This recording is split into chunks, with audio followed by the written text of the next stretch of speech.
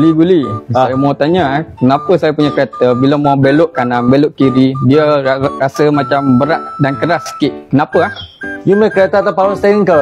Adalah, semua kereta mesti ada power steering sekarang. Ya ya betul. Saya suruh lupa you lansi kan. Mesti ada beli power steering punya kereta kan. Tak ada power steering you tak beli kan. Betul Ya, tak? iyalah.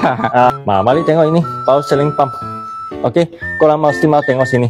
Okey, kalau tak cukup dia memang dekat sini kan. Minyak tak cukup. Dekat minimum ke bawah dia memang tak cukup minyak. So you akan rasa keras. Okey, biasa dua sebab saja. Pertama adalah kita cakap oil seal atau oil hole sana dia ada leaking.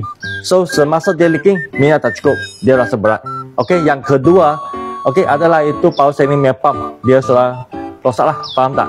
So kalau you rasa kamu punya steering rasa keras atau berat kan, you orang terus hantar pergi bengkel lah. Panggil mereka tolong you orang cek.